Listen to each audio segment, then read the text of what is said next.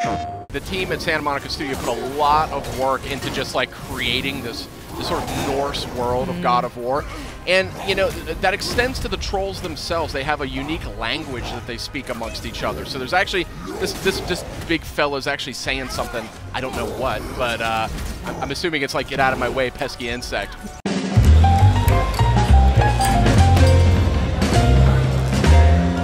Hey guys, you got Sid here as well as Justin and Kristen. We're taking an exclusive look at God of War. This is footage you will not see anywhere else.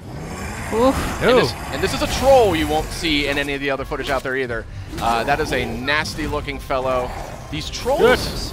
Yeah, look at this thing. These trolls are actually unique. They're named characters in the game's lore. Tell us a little bit. Each one is different. Each one has a completely different backstory. You know, as with Norse mythology, everything here sort of has a little bit of a story, a little bit of a narrative to it. So each of these guys, they're going to look a little different. They're going to fight a little different. The way you want to go up against them, you might want to think about it differently.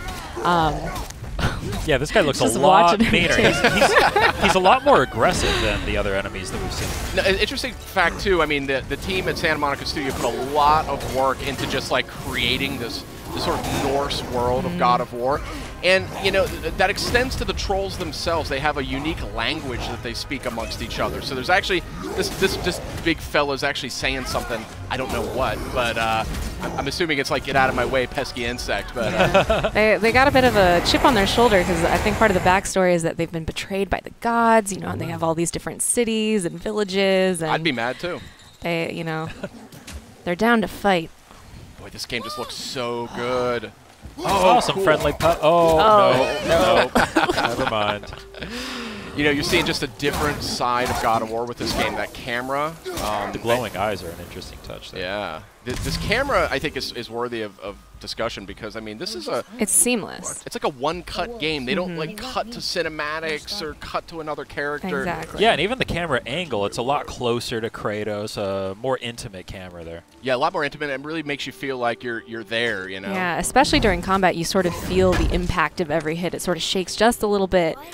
Makes it feel like you really are Kratos. We can. And a sort of robust loot system here, too. Something we really haven't seen necessarily in God of War to date. So it's just a different take and a really fresh and exciting take on a classic PlayStation IP. We're seeing some light puzzle elements, it looks like here.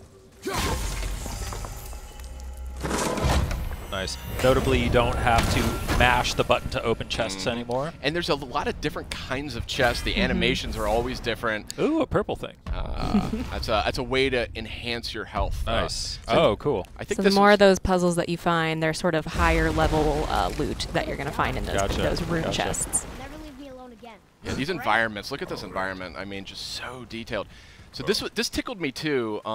You know, this is a new look at God of War, and the climbing is something that I always associated with God of War. You remember those epic climbing sequences? Yeah. So Cory Barlog's sort of a veteran on the series. He worked on the original. He was creative director on the second game, and he's creative director on this title as well. And he's riddled this game with just references, homages, clues for fans.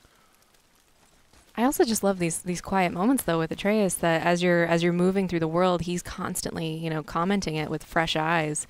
I just love the relationship between Atreus and Kratos. You really see it develop just right away from the beginning. It just dives right in. Yeah, and it's definitely going to be, I think, the centerpiece of the game. It's pretty clear. It's got a lot of power to it emotionally. Like Kratos is this sort of troubled character. You know, if you've played these other games, he's in a different place in his life.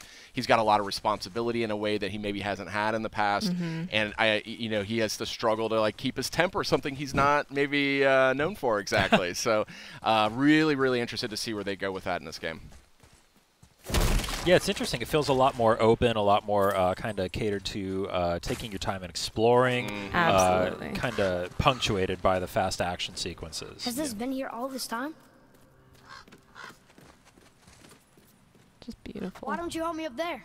Oh, here we have you know, this Leviathan axe. This is the Kratos' new weapon of choice, and has a lot of impact in combat, but it also has some properties that sort of lend themselves to puzzle solving as well. Wait for me, boy. This fog is gorgeous. Yeah, that is some crazy looking fog there. Atreus!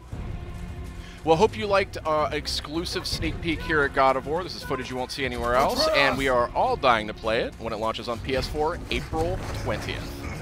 See you next time.